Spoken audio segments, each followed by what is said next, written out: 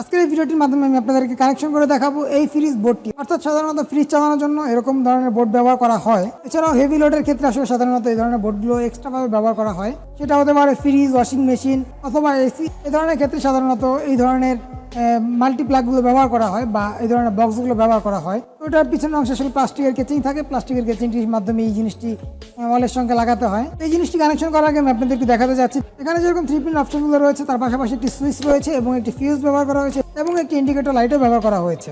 এই সবগুলো জিনিসের কানেকশনই করতে হবে ভিতরের অংশ থেকে, অর্থাৎ এই পিছনের অংশ থেকে।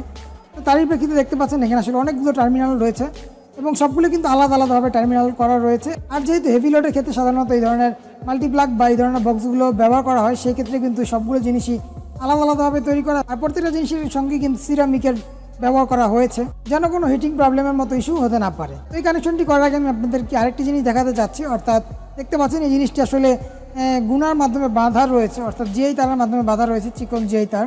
তার কারণ হচ্ছে আসলে জিনিসটি ভেঙে গিয়েছিল, অর্থাৎ এই প্লাস্টিকের যে লকগুলো ছিল এই পাশে, সেই লকগুলো আসলে ভেঙে গিয়েছে। তার জন্য এই 3 পিনের অংশটি আসলে সম্পূর্ণ আলাদা হয়ে যায়। তো তারই প্রেক্ষিতে আমি আসলে আবার এটাকে নর্মাল কাজে ব্যবহার করার জন্য আসলে এইভাবে জিআই তার দিয়ে বেঁধে নিয়েছি।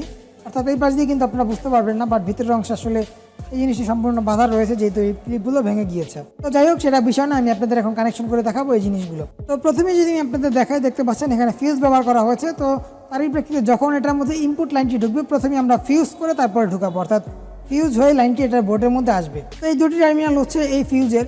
তো একটি হচ্ছে ইনপুট এবং একটি হচ্ছে আউটপুট। তো ধরে নিচ্ছে আমি এই পাশ থেকে ইনপুট লাইনটি দিব। তো প্রথমে আমি একটি রেড কালারের কেবল নিয়েছি। তো এটি হচ্ছে আমার পজিটিভ ইনপুট লাইন। তো দেখতে পাচ্ছেন আমি এই ফিউজের ইনপুট লাইনটি দিয়ে দিয়েছি। এবার আমি এখান থেকে আউটপুট লাইনটি নিব। আউটপুট লাইনটি নিয়ে দিব সুইচের মধ্যে, কারণ সুইচ হয়েই আসলে আমাদের এখানে লাইনটি আসবে। আর এটি হচ্ছে সুইচের, কারণ দেখতে পাচ্ছেন মিডল বরাবর সুইচ দেওয়া রয়েছে। তো তারই প্রেক্ষিতে আমি ব্যবহার করবো এরকম একটি শর্ট কেবল, যেহেতু এখান থেকে জাস্ট এখানে পাস করে দিব। তো আমি এই জিনিসটি এখানে সংযুক্ত করে নিচ্ছি। তো ফিউজের আউটপুট লাইন হচ্ছে এটি, আমি সুইচের মধ্যে আবার ইনপুট লাইনটি দিচ্ছি। আমি কেবলটিকে সুন্দরভাবে ভাঁজ করে নিয়ে সুইচের ইনপুট লাইনটি দিয়ে দিচ্ছি।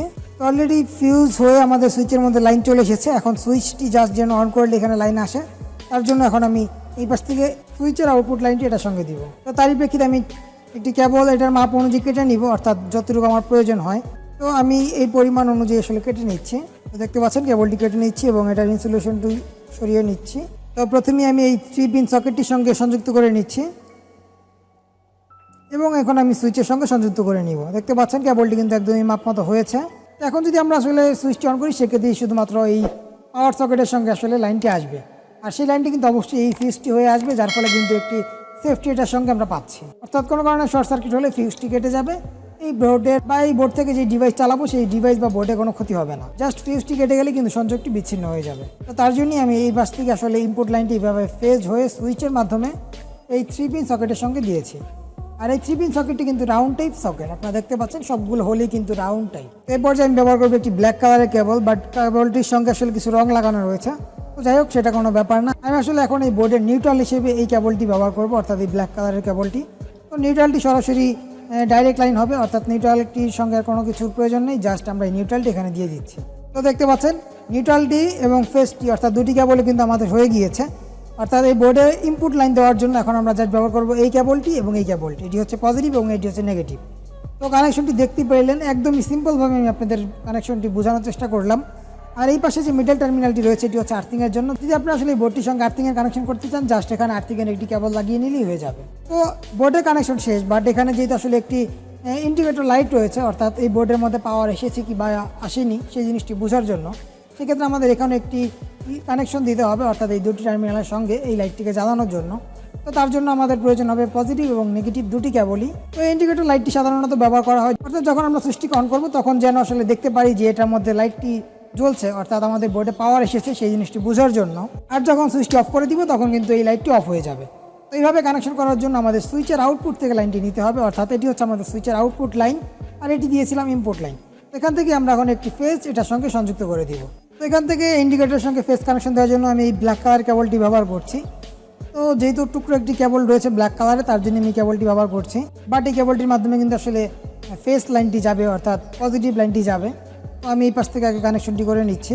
তো দেখতে পাচ্ছেন খুব শক্তভাবে টাইট দিয়ে নিলাম। তো এখন সুইচ অন করলে আসলে শুধুমাত্র এদিকেও লাইন আসবে এবং এটার মধ্যে দিয়েও লাইন এটার মধ্যে চলে আসবে। তার জন্য আমি এখন এই জিনিসটি যে কোনো একটি টার্মিনালের সঙ্গে সংযুক্ত করে দিলেই হবে। তো তারই প্রেক্ষিতে আমি এই কেবলটিকে এই সাইড দিয়ে নিয়ে এসে এখান দিয়ে সংযুক্ত করে দিব। দেখতে পাচ্ছেন অলরেডি সুইচ থেকে আউটপুট লাইনটি আমরা একটি ইন্ডিকেটর লাইটের সঙ্গে সংযুক্ত করে দিয়েছি। এখন আমরা জাস্ট নেগেটিভ লাইনটি এখান থেকে দিব, অর্থাৎ এটি হচ্ছে পজিটিভ লাইন, বাট ব্ল্যাক কালারের কেবল ব্যবহার করা হয়েছে। তো যাই হোক, এরপর যে আমি একটি রেড কালারের একটু কেবল ব্যবহার করবো, অর্থাৎ নেগেটিভ লাইনটিকে সংযুক্ত করার জন্য। তো প্রথমে আমি এই রেড কালার কেবলটি এই ইন্ডিকেটর লাইটের সঙ্গে সংযুক্ত করে নিচ্ছি। তো দেখতে পাচ্ছেন আমি নেগেটিভ লাইনটি সংযুক্ত করে নিচ্ছি, অর্থাৎ ইন্ডিকেটর লাইটটিকে জ্বালানোর জন্য। এখন আমি এই নেগেটিভ লাইনটি জাস্ট এখান থেকে দিয়ে দিব। তো আমি আপনার যেহেতু আসলে টিউটোরিয়াল পারপাসে জিনিসটি তৈরি করছি, তার জন্য আসলে আমি ওইভাবে অতটা সুন্দর করে তৈরি করছি না। অর্থাৎ এখানে দেখতে পাচ্ছেন যে তার বের হয়ে রয়েছে, বাট কারেন্টের এই ধরনের সংযোগগুলোর ক্ষেত্রে এরকম তামা যেন আসলে বের হয়ে না থাকে।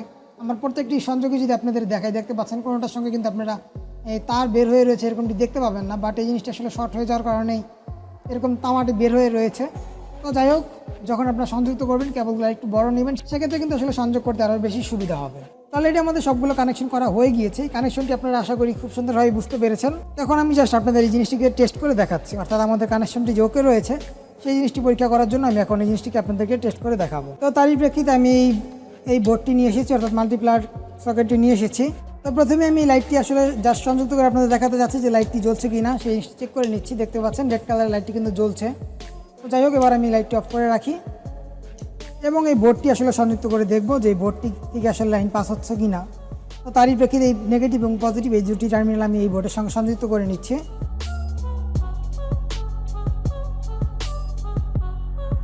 তাহলে এটি সংযুক্ত করা হয়ে গিয়েছে। এখন যদি আমি এই সুইচটি অন করি এবং এই সুইচটি যদি অন করি, দেখতে পাবেন এখানে লাইটটি আসলে জ্বলবে। আমি সুইচটি অন করছি, দেখতেই পাচ্ছেন কি লাইট কিন্তু জ্বলছে। তো আসলে ক্যামেরার জন্য লাইটটি বারবার আপ ডাউন করছে, অর্থাৎ জ্বলছে নিচে, এরকম একটি ব্যাপার। আমি যদি এই জিনিসটি দেখাই, আপনারা এই জিনিসটির ক্ষেত্রে দেখতে পাবেন লাইটটি জ্বলে নিবে, এরকম একটি ব্যাপার ঘটে, বাট এই জিনিসটি শুধুমাত্র ক্যামেরার জন্যই হচ্ছে। তো যাই হোক, এবার আমি আসলে এই লাইটটির পিন প্লাগটি লাগিয়ে দেখাতে যাচ্ছি। দেখতে পাচ্ছেন লাইটটি কিন্তু জ্বলে উঠেছে। আমি এখানে যে জিনিসটিকে লাগিয়ে নেই ভালোভাবে, দেখতে পাচ্ছেন লাইটটি কিন্তু জ্বলছে। এবং এই সুইচটি যদি আমি অফ করি, দেখতে পাচ্ছেন অফ হয়ে গিয়েছে। আবার যদি সুইচটি অন করি, দেখতে পাচ্ছেন লাইটটি জ্বলছে। তো বুঝতেই পারলেন যে আসলে এরকম একটি মাল্টিপ্লাগ সকেটের ক্ষেত্রে কীভাবে আমরা কানেকশনগুলো করতে পারি। আপনারা কিন্তু এই ভিডিওটির মাধ্যমে যে কোনো ধরনের বোর্ডই এখন আশা করি কানেকশন করতে পারবেন, কারণ এই বোর্ডটির মধ্যে আসলে অনেকগুলো কানেকশন রয়েছে, যার প্রেক্ষিতে কিন্তু সব ধরনের বোর্ডই কানেকশনগুলো আপনারা আশা করি করতে পারবেন, কারণ একইভাবে সাধারণত এই বোর্ডে কানেকশনগুলো হয়ে থাকে। তো এই ছিল আজকের এই ভিডিওটি ভালো লেগে থাকলে অবশ্যই একটি লাইক দিয়ে দিবেন। চ্যানেলে নতুন এসে থাকলে চ্যানেলটিকে সাবস্ক্রাইব করে চ্যানেলটির সঙ্গেই থাকবেন। তো আজকের এই ভিডিওটি এখানেই শেষ করছি। ভালো থাকবেন সবাই, আল্লাহ হাফেজ।